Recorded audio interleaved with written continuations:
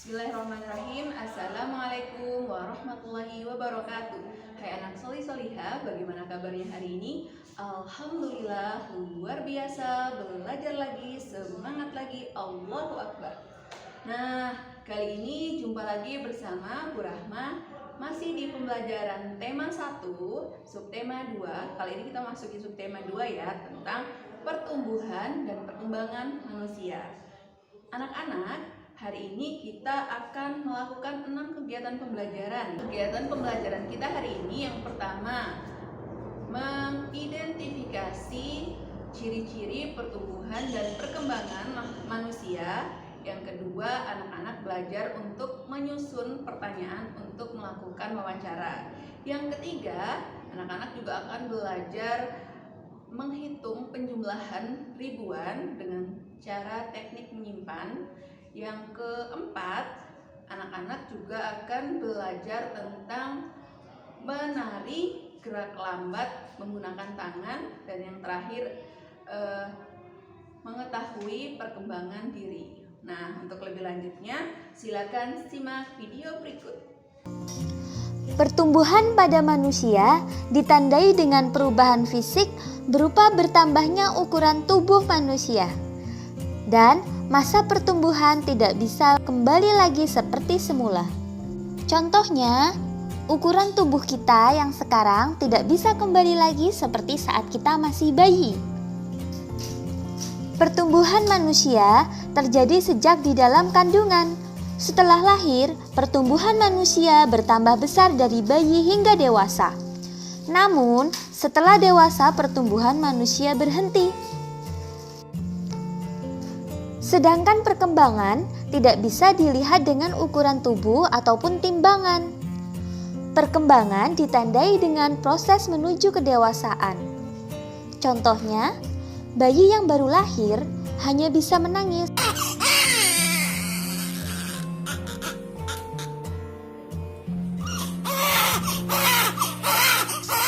Tapi ketika bayi tersebut memasuki 2 atau 3 tahun, maka dia mulai bisa bicara. Nah, anak-anak, itu tadi penjelasannya. Sekarang kita lanjut di kegiatan berikutnya. Anak-anak tentu mengalami pertumbuhan dan perkembangan. Sekarang silakan membuat wawancara dengan orang tua tentang pertumbuhan dan perkembangan yang telah kalian alami. Susun pertanyaan seperti berapa berat badan kalian ketika lahir, berapa ukuran tinggi badan kalian saat ketika lahir, dan sebagainya. Oke. Kekuatan tangan manusia juga mengalami perkembangan. Seperti pada gambar Edo, saat masih kecil, Edo kesulitan untuk memegang botol susu. Akan tetapi, setelah bertambah besar, tangan Edo lebih kuat untuk memegang tempat minum yang lebih berat daripada botol susu. Kekuatan tangan dapat dilatih melalui kegiatan olahraga dan menari. Kuat dan lemah dari gerakan tangan digunakan dalam menari. Gerakan kuat seperti saat kita mendorong meja. Sedangkan gerakan lemah seperti saat tangan kita memegang kapas. Ayo mencoba gerakan kuat dan lemah tangan dengan menari. Gerakan pertama. Angkat tangan kanan, lalu kiri. Angkat tangan kanan dengan kuat seperti sedang mengangkat beban. Gerakan kedua, turunkan kedua tangan secara perlahan. Kedua tangan diturunkan sambil menggerakkan jari-jari tangan, menirukan air hujan turun. Gerakan ketiga, rentangkan kedua tangan ke samping, lalu bengkokkan sehingga membentuk huruf U. Gerakan keempat, putar pergelangan tangan secara perlahan-lahan. Gerakan kelima, acungkan tangan ke depan dengan kuat, lalu membalikan kedua telapak tangan dengan arah yang berbeda. Gerakan keenam, bertepuk tangan. Tepuk tangan dapat divariasikan dengan gerakan yang lemah sampai kuat. Misalnya bertepuk dengan 2 jari, 4 jari, 6 jari, 8 jari, dan terakhir 10 jari. Anak-anak, setiap kita tentu mengalami pertumbuhan dan perkembangan. Begitupun dalam pembelajaran.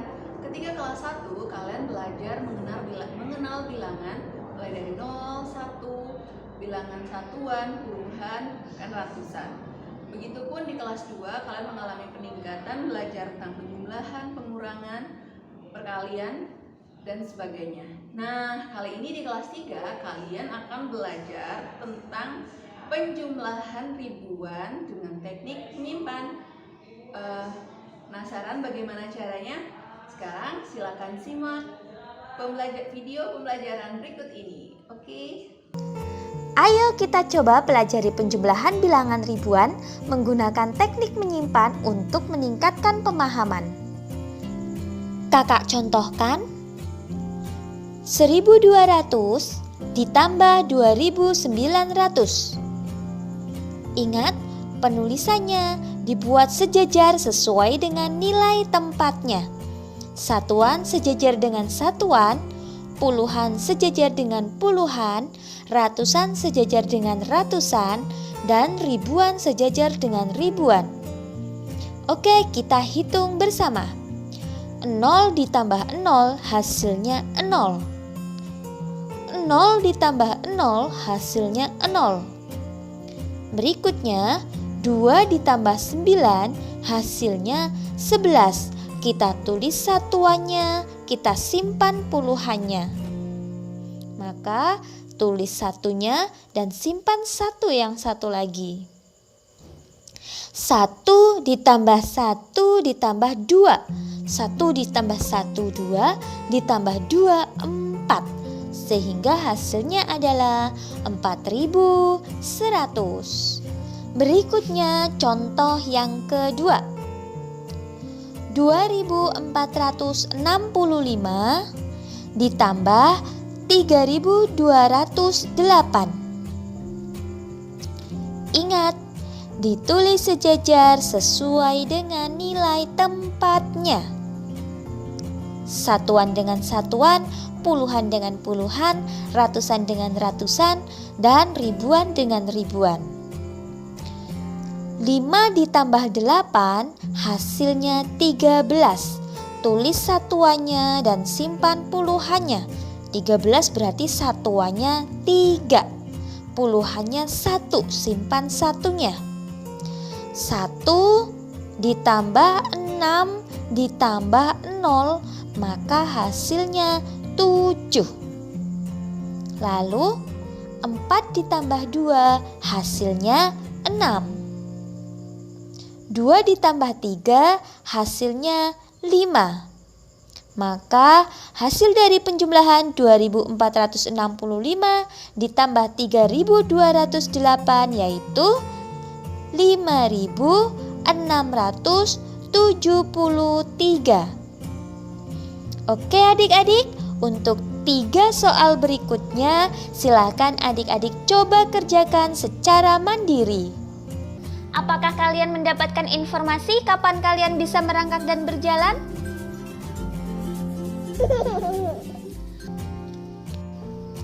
Selain tinggi dan berat badan, setiap orang juga memiliki kekuatan yang berbeda. Berikut ini faktor-faktor yang mempengaruhi pertumbuhan dan perkembangan manusia. Yang pertama, faktor keturunan atau bawaan. Yang kedua, kesehatan. Tahukah kamu, kesehatan sangat berpengaruh terhadap pertumbuhan dan perkembangan manusia. Jika sakit, kita menjadi malas makan, dan tentunya hal ini dapat menghambat pertumbuhan. Yang ketiga, makanan bergizi seimbang. Selain untuk mendapatkan energi, makanan juga diperlukan untuk menunjang kesehatan dan pertumbuhan. Oleh karena itu, makanlah makanan yang bergizi seimbang dan hindari makan makanan yang kurang sehat. Berikutnya, istirahat, rekreasi, dan olahraga. Anak-anak dalam masa pertumbuhan memerlukan tidur yang cukup karena istirahat sangat mempengaruhi perkembangan dan pertumbuhan manusia. Selain itu, dengan rekreasi juga dapat menghilangkan kebosanan sehingga badan kita menjadi lebih segar, sehat, dan semangat. Dan yang tidak kalah pentingnya adalah olahraga. Olahraga akan membuat aliran darah lancar, otot-otot tubuh pun menjadi lentur, padat, dan kuat. Sehingga tubuh pun menjadi kuat dan sehat. Allah menciptakan manusia dengan fisik yang berbeda-beda. Perbedaan ini adalah karunia yang harus kita syukuri. Dan kita juga harus saling menghargai dan menghormati. Tuliskan sikapmu jika kamu melihat keadaan seperti gambar berikut. Yang pertama, kamu melihat temanmu kesulitan mengambil benda di atas tempat yang tinggi.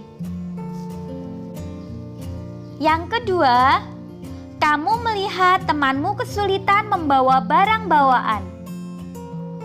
Dan yang terakhir, kamu melihat temanmu kesulitan mengikuti gerakan tari. Sikap apa yang akan kamu lakukan jika melihat keadaan seperti gambar tersebut? Saling menghormati antar sesama merupakan pengamalan sila kedua Pancasila. Sila kedua Pancasila berbunyi kemanusiaan yang adil dan beradab. Simbol sila kedua adalah rantai.